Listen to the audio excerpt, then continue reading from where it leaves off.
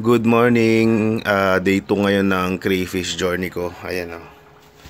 Bale, July 29 ngayon. Dumating din pala kahapon pero paggabi na itong air pump, tapos yung hose, tsaka yung ceramic, tsaka yung panglinis na ayan o. Pero pupunta pa rin ako ng bayan mamaya, titingin ako ng parang gusto kong gumawa ng DIY na air pump tsaka air filter. Bahala na mamaya pag nakabili ako ng materials. Pero siguro bibiling ko lang naman hose, yung ganitong hose. Pero yung mas makapal dyan, may nakita lang akong idea sa YouTube Tatry kong gayahin para hindi na ako gagamit ng kuryente. Kasi dati nung nag-aarwana pa ako, nagsubok na rin ako ng ganun. Kaya lang, ang dami kong biniling materials noon, PVC, ang daming PVC. Ang dami kong inubos na oras sa paggawa ng ng sump yata tawag dun Submersible siya pero wala ring kuryente. Kaya lang failed.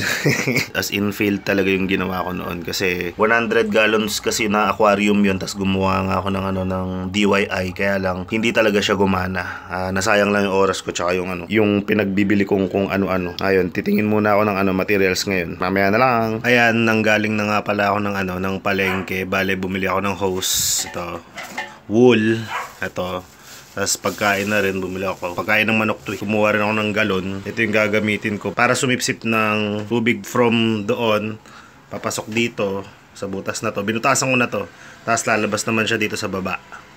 Hose din yan. Lalagyan ko ng hose dito. Lalagyan ko ng hose dyan sa baba. Sisipsip siya dito. Tatapon siya dito sa baba. Tapos, dediretso siya dito. Kaya lalagyan ko rin ng connection from dito.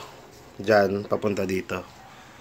Na host din. Tapos ito yung lalagyan ko ng wool. Siguro sa susunod, hahanap ulit ako ng ganito. Lalagyan ko naman ng ceramic sa baba para maganda yung condition ng tubig. Yun. So, pakainin ko muna to. Hindi pa ako makain to mula nung binili ko. Bibigyan ko muna neto konti lang. Ito, titignan ko kung kakain.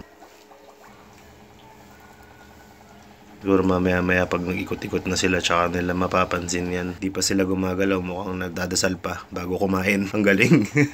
Ayan kumakain na sila. Huli. Siyempre, first time ko makakita ng crayfish kahapon. Actual. Tapos ngayon kumakain naman. Nakita na nila yung mga hinulog ko kanina. Iki, hanap. Yung lalaki ang kumain. Ewan ko nakakain na iba. Pero mag-iikot-ikot naman yung mga yan. Ayun nga bumili ako ng materials kanina. Ito. Yan. Inassemble ko siya. Kaya lang, mission failed.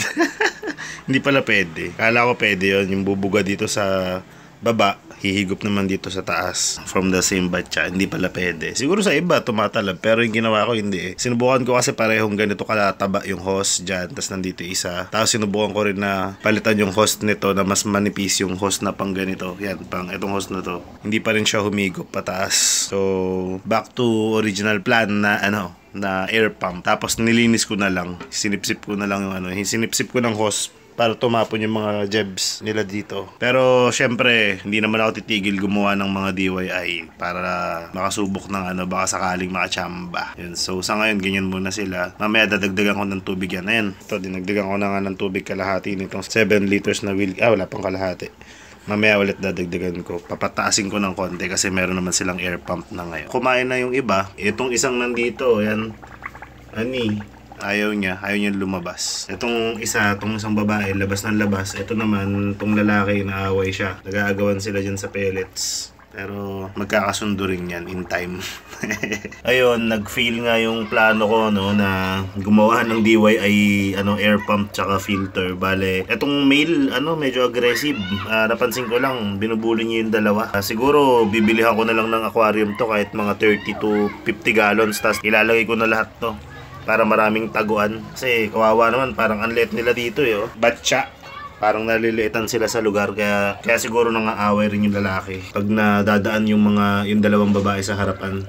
Ayun, nagmolt pala tong isa kaya hindi pala lumalabas tsaka hindi kumakain. Ganda ng itsura Ewan ko kung kakainin ng mga ibang dalawang crayfish. Lilipat ko na rin ng aquarium to. Naghahanap-hanap na ako sa marketplace ngayon para nasa na lang sila, isang tank na medyo maganda-ganda itsura, malaki-laki. Ayan, bale hindi ko nga alam kung anong gagawin ko Syempre, hindi naman ako marunong humawak pa ng crayfish, lalo na yung nagmolt. So, naisipan ko na lang na kumuha ng takip ng ulam. Tapos nandyan siya, naka-isolate na yan. Nandyan sa loob yun. Andyan din yung pinagbalatan niya, kakainin daw niya kasi yun Syempre, nagwo-worry din ako kasi nga yung lalaki dito. Yan yun.